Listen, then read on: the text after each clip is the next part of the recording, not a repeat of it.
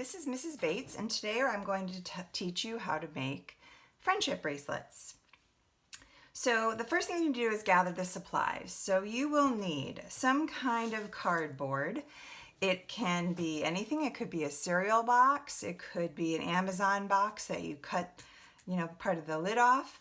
Any kind of cardboard will work. And then you're going to get something round that you can trace, like a cup.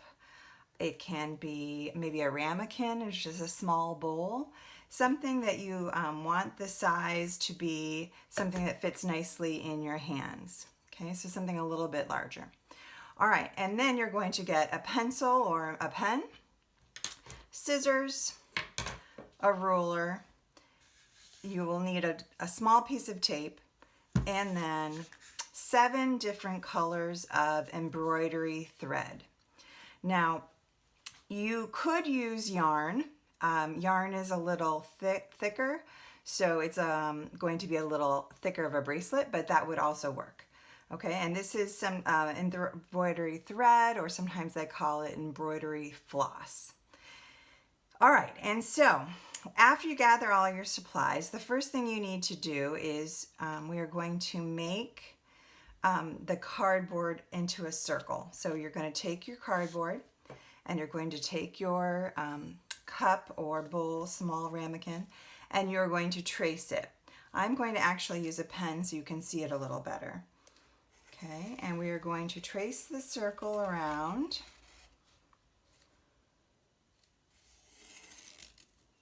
Okay, and there you go.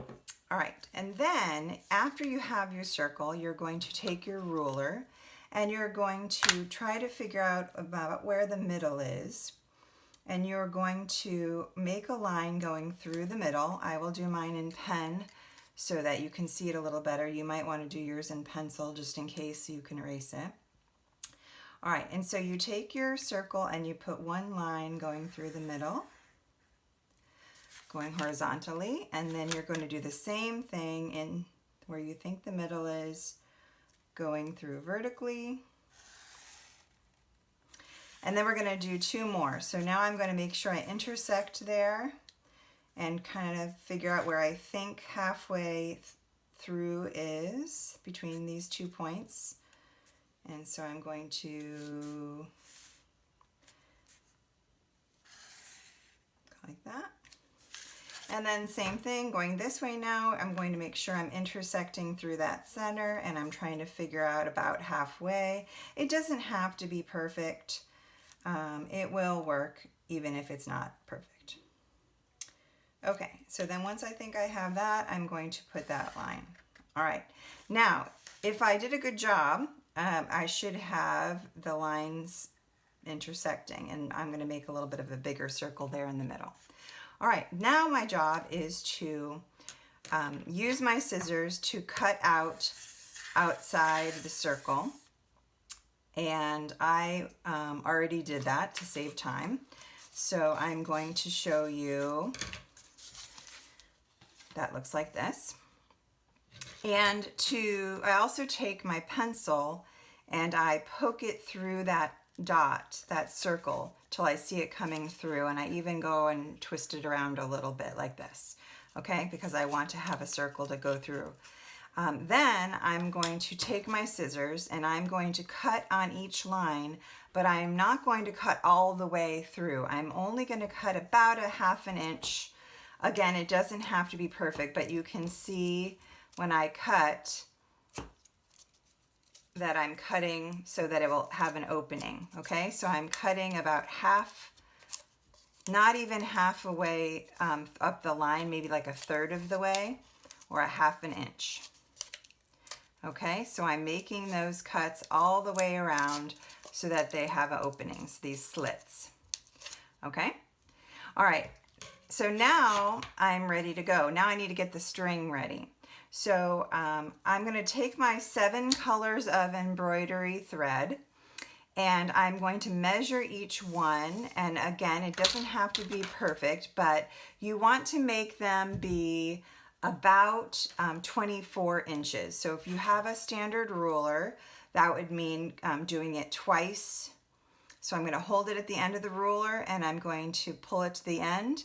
I'm going to mark it carefully and push that part over to the first and then go to the second again. And now if I cut it here, now I have 2 sets of 12, which is 24, right? So again, it doesn't matter if it's exactly perfect. You could also, instead of doing it how I did, if you want to do this, lay it down and then just flip it over, cut it like that. You could do it like that if you want. It doesn't have to be exactly 24, but you're going to try to make it about the same. All right, so then you're going to cut all 7 of your colors to be about 24. And once you do that, then you're going to put them all together into one nice strand.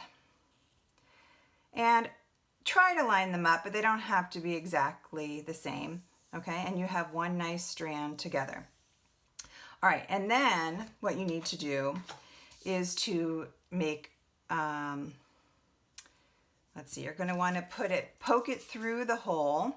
So if you made it quite large, it would be easy to poke it through. You actually don't want the hole, I think it's a little easier if the hole isn't too huge, if it has a little bit of resistance. So what I usually do, after I do my pencil poke, if I can't push it through myself with my fingers, which this one I probably could, but let's say I couldn't.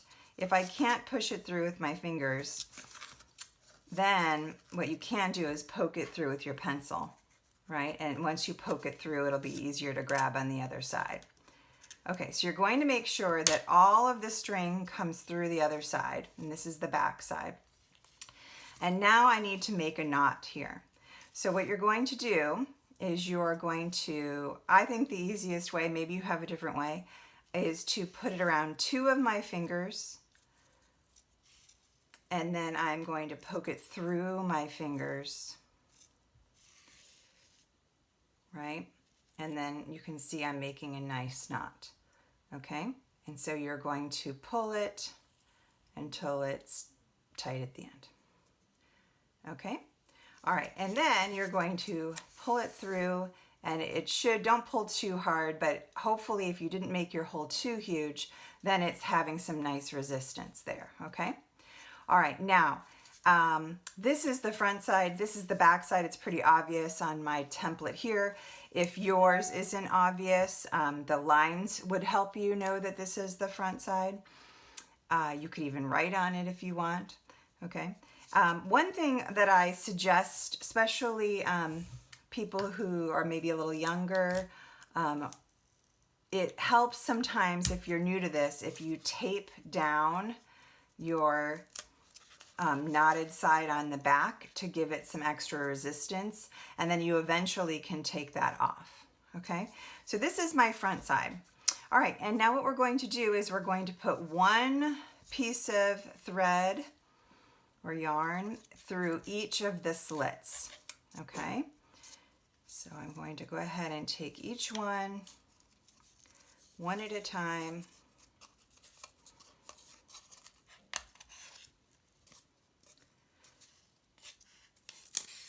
And put each one in a different slit. You don't want to have more than one piece of yarn or string in the same slit, okay? All right, and once you have that all finished, you'll notice that you still have one empty slit because we cut 7 pieces of string and one of them is still empty, and that is on purpose, okay? All right, so then once you have this all ready to go, you start, I always call this empty place 0, and 0 should be pointing towards you, towards your belly or your chest, okay? And then if we imagine counting, 1 to the left this is going to be 1, this is going to be 2, and this is going to be 3, okay? So we're going clockwise around, but 0 in our situation is towards our chest. 1, 2, 3. All right, and this is how it's going to work. When you are starting to make your bracelet, all you do every time make 0 point towards me, count 1, 2, 3. You're going to take the third one out of the slit and you're going to move it down to 0 and put it in the slit. And then when you start again, you're going to always turn it so that 0 is back facing you again. Okay, so now I start over. I have 0 here. 1, 2, 3. Now I'm going to take it out of that slit, put it down here in this bottom slit. Turn it again. And I think it helps if you kind of comb out the string every once in a while so it doesn't get knotted in the back. Okay, and then I have 0 again. 1, 2, 3. I'm going to take out 3 and put it down in 0. Okay, and while you're doing that, it will take, at first it will seem like nothing's happening because it's happening in the back, but let me show you one that I've already started a little further on, and you can see that eventually you will see this nice pattern developing, okay? And so when you have it taped at first, that's good at first, but eventually when it starts to get long like this, you can untape it. And when you untape it, what you might want to do is still try to like pull this a little bit down every time to keep it tight. You can see it kind of like pushes up a little bit. You want to try to keep things pretty tight all the time. Sometimes I even hold it in the back a little bit so it stays taut. Because if you don't and things get too loose, then of course your weave is going to be loose and it won't look as good. Okay. All right. And so I just keep going. Always start at 0. 1, 2, 3. 3 always gets moved over to 0. And then I turn it around. And if you keep doing that, it will take quite a while. I would say depends on how long you want it to be, right? And how long, how wide your wrist is. But it will probably take you a good, at least a half an hour, maybe closer to 45 minutes. Depending on how quickly you can do this. And sometimes, a lot of times kids will, do it for a while and then come back to it later when they're bored, or do it while they're, watching a movie or listening to a book on tape or something else. But it's because it does kind of take a while. But once you get it done, you eventually will have it the length you want, and then you will take it all off of your template here, okay? And once you take it all off your template, okay, just pull them all out of the front, okay? And then you would have untaped this a while ago, right, by the time it's long. And then you can pull it through, okay? And then, of course, you're just going to knot the other end the same way that you did before. A lot of times kids will measure it against their wrist, right, to make sure it seems like it's going to be long enough and that they can have room to make a knot too, so a little extra long to go around.